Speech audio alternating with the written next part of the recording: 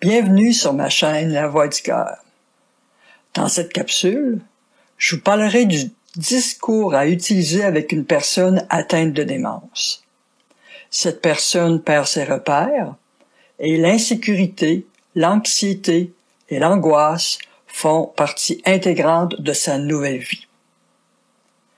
La façon privilégiée d'intervenir auprès de ces personnes consiste à toujours les rassurer. En plus d'une attitude calme et posée, d'un ton de voix rassurant, d'une qualité de présence empathique, un certain discours est à utiliser. En tout premier, comme intervenant, soit comme proche aidant, membre de la famille, bénévole, personnel soignant, il est important de ne pas alimenter l'anxiété chez la personne atteinte. À cet effet, il y a deux types de phrases et de questions à éviter. Nous devons aussi nous abstenir de donner certaines informations. Bon, là, je vais reprendre plus en détail chacun de ces points.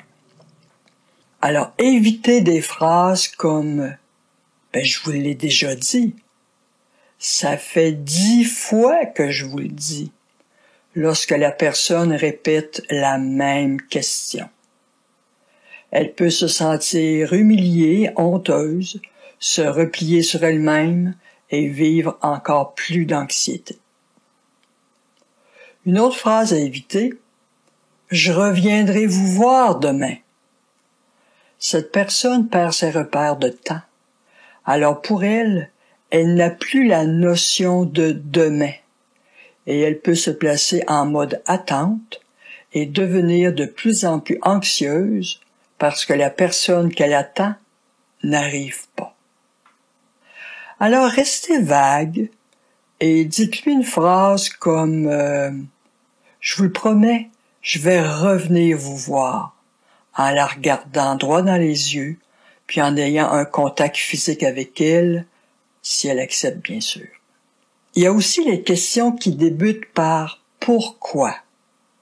La personne ne peut plus trouver une explication rationnelle à son comportement. Alors elle devient encore plus agitée. Absolument éviter les pourquoi. Il y a aussi les phrases avec des négations, comme « n'ayez pas peur »,« soyez sans crainte ». Souvent, seulement le dernier mot s'imprime dans la compréhension de la personne atteinte. Puis le résultat donne l'inverse de celui souhaité. Alors on peut remplacer par « faites-moi confiance, je suis là, je m'en occupe ». Bannir aussi les questions qui sont en fait des tests de mémoire qui placent la personne en situation d'échec et alimentent bien sûr son anxiété. Les questions comme « c'est qui sur la photo? Qu'avez-vous mangé ce midi? Votre fille vous a-t-elle téléphoné aujourd'hui? Vous avez combien d'enfants, vous? C'est quoi leur nom? » Utilisez aussi des questions fermées. Pour répondre à une question fermée, la personne doit effectuer un choix parmi des réponses offertes. Tandis que pour répondre à une question ouverte, la personne doit formuler sa réponse dans ses propres termes. Les questions fermées évitent que la personne se place en situation de stress pour penser aux mots qu'elle doit utiliser avant de donner une réponse. En plus, il est fort possible qu'elle n'ait plus cette capacité. C'est un peu comme si on proposait à la personne de choisir entre des biscuits ou du yogourt comme collation, au lieu de lui demander « Que voulez-vous manger comme collation ?» C'est beaucoup plus difficile à répondre. Ne jamais contredire ou confronter une personne atteinte de démence. et ne jamais essayer de la ramener dans la réalité. C'est sa réalité. Cette personne est persuadée qu'elle a raison. Elle peut entendre des voix ou voir des scènes très claires et détaillées dans sa tête. La contrarier ne sert qu'à vous épuiser, vous décourager et mettre la personne atteinte en colère parce qu'elle se sent incomprise. Elle perd confiance en vous et le lien entre vous deux peut s'effriter. Au lieu de la contredire, on valide ce que la personne exprime.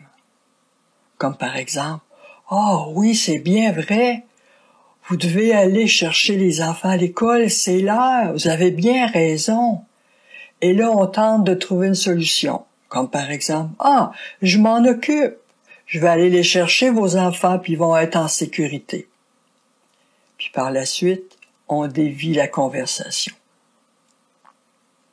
Ce type d'intervention rassure les personnes atteintes de troubles neurocognitifs majeurs. Un autre point est de s'abstenir de donner des informations en lien avec le futur.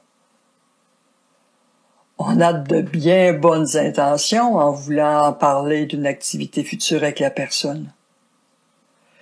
Mais plutôt que de la préparer à vivre cet événement et de la rassurer sur ce qui aura lieu, ou encore de lui faire plaisir en lui annonçant une bonne nouvelle qui s'en vient, mais on nourrit son anxiété.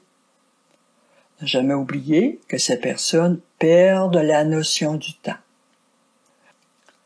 J'ai souvent vu des résidents qui ne voulaient pas aller à la salle à manger, prendre leur bain, faire la sieste, prendre une marche à l'extérieur ou faire toute autre activité parce qu'ils avaient trop peur de manquer cet événement dont vous lui avez parlé plus tôt.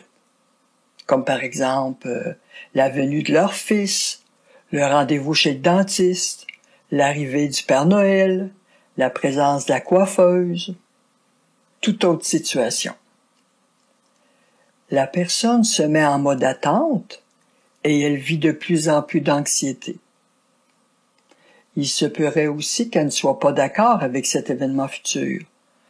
Comme par exemple, vous essayez de la préparer pour aller au centre de jour, pour changer de résidence, et son anxiété augmentera bien avant qu'arrive la situation. En conclusion, je vous laisse avec ces points. Portez une attention particulière au discours utilisé avec la personne atteinte de troubles neurocognitifs majeurs. Ce que vous lui dites ne doit jamais alimenter son anxiété, son stress, son insécurité. La validation de ce qu'elle vit est toujours de mise pour préserver la confiance et le lien. Ces personnes sont de véritables éponges émotionnelles. Donc, votre attitude a une grande influence sur elles. Si vous êtes triste, elles le deviendront. Si vous êtes en colère, elles le seront. Si vous êtes souriant, elles seront davantage de bonne humeur. Vous leur communiquez vos états intérieurs. Pour vous démontrer l'importance de cette notion, Colette Romanov, auteure de plusieurs livres sur comment se comporter avec une personne Alzheimer, interdisait carrément à sa fille, adulte, d'aller voir son père lorsqu'elle était trop bouleversée à la pensée que son paternel ne devenait que l'ombre de lui-même. Comme intervenants, nous devons nous adapter et toujours faire preuve d'imagination et de créativité. Observez la personne lorsqu'elle commence à s'agiter pour trouver des indices sur la source de son anxiété qui augmente et pouvoir ainsi mieux intervenir.